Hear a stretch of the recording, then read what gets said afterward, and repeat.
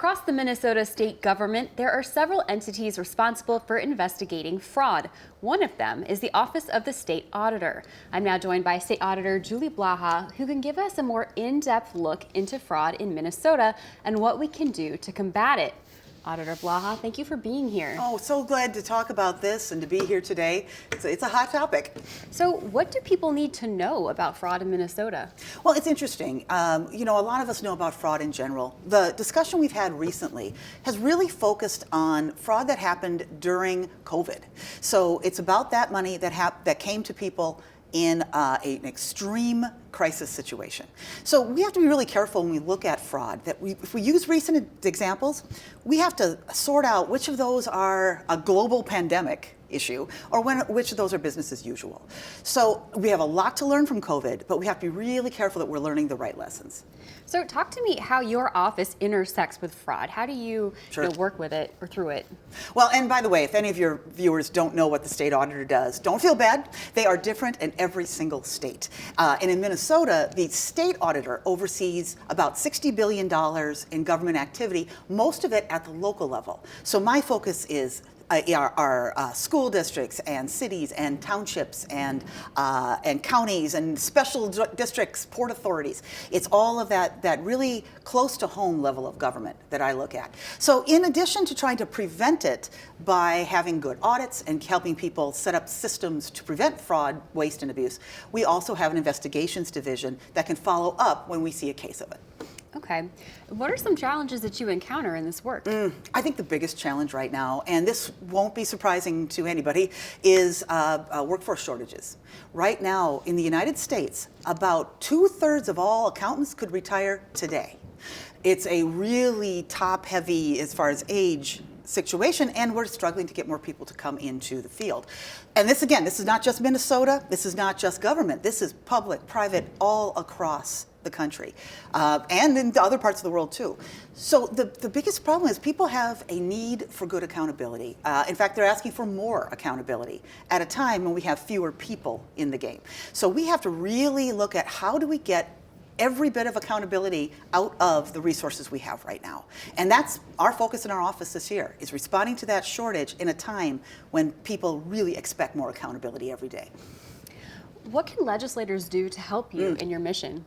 Well, and first off, call me. If you're thinking about throwing the word audit in your bill, call me. I've been really impressed that legislators think about accountability in their programs earlier than they used to.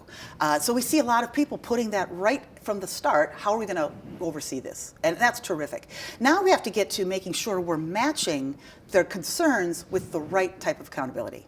It's tempting just to throw on the word audit and call it a day. But, that may not be the best way to get at the risk you're concerned about.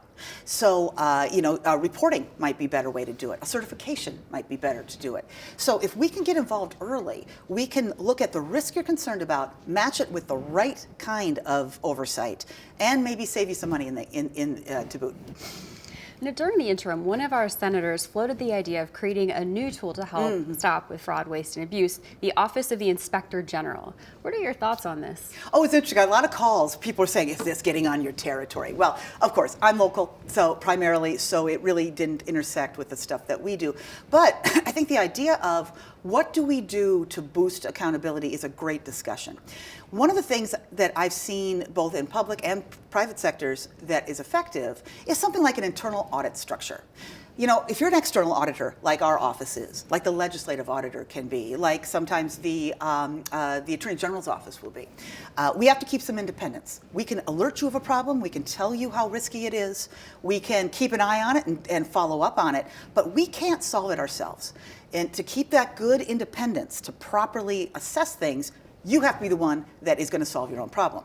And then we check and note if you did. So I think an opportunity where we have more internal audit structures, where somebody can take what they learned from an audit and then follow it through and make sure that the fixes become reality.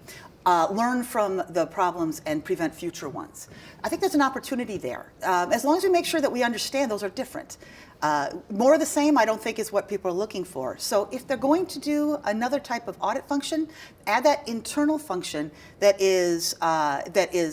goes along with an external audit, but is different than an external audit. So I'll tell you, we'll let you know what's going on. Your job is to follow through and fix it. I think there's some opportunity there. And that sounds like a role that government workers can play, but is there a place for the public in fighting fraud? Oh, absolutely, absolutely. And by the way, if you've ever called our office, anybody who's ever called our office and brought up an issue, thank you.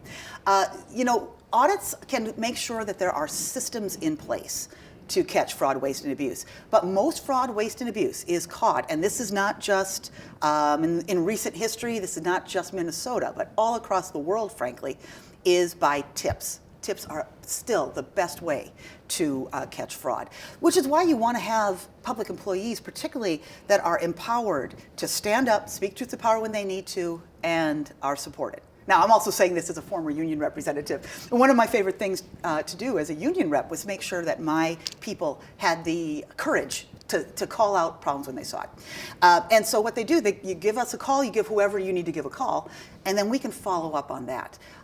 So if you're looking at the budget and something seems way off, seems really unusual, if you see a policy that you think they're not following, with a travel policy or an expense policy. One of the biggest places we find fraud lately in local government has been with purchasing cards. People using a purchasing card for things they can't be purchasing in that role. So if you see something like that, give us a call, send us an email, and we'll walk you through whether or not that's something we should take action on. And how can they connect with your office? What are their different options there? Oh, you can call us. Well, usually what I do, if I want to find my stuff, is I go to the internet, type in Minnesota State Auditor. And then you can find in Minnesota State Auditor Report. And in our website, we have reporting forms where you can go through and say, hey, this is what I saw. I'm concerned about this. I just wanted you to know.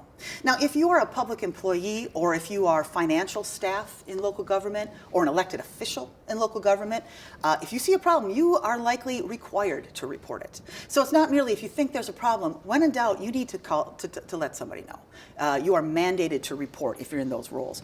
So give us a call. We can keep it confidential to an extent. We can talk it through with you. We'd rather have you call in mistake than let something get out of hand. So give us a call. We'll talk it out with you. Auditor, any final thought on this topic? Well, yeah, I think one of the things that we're seeing in the fraud that came out of COVID, we've been talking about the public employee's role in it, and I think we have to really look at the actual fraudster's role more deeply. One thing that's really consistent about the fraudsters during COVID is that they were from the private sector. So when we look at outsourcing our work, government work to a private entity, we need to really be honest with ourselves about the risks involved. We need to calculate in risk of fraud. We need to calculate in the cost of additional oversight. Because private entities work so differently, particularly around transparency, hence the word private, right? If we're going to do that, we have to have other structures where we're really digging into what they do. So those costs need to be planned for if you're looking at outsourcing. Ideally, maybe you don't outsource in the first place. If we can keep our infrastructure in a place where we don't have to rebuild it from zero, we don't necessarily have to go outside our structure that's built on transparency to get things done. So I think not only are we spend a lot of time looking at, say, state agencies, and we should, that's important.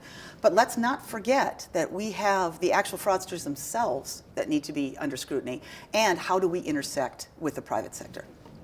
All right, Auditor, thank you so much for your time. Great, thank you. Cases of state government fraud are investigated by the Minnesota Office of the Legislative Auditor. These cases can include the possible misuse of state money or other public resources and allegations of non-compliance with state law. You can submit an allegation online, over the phone, or via the U.S. mail.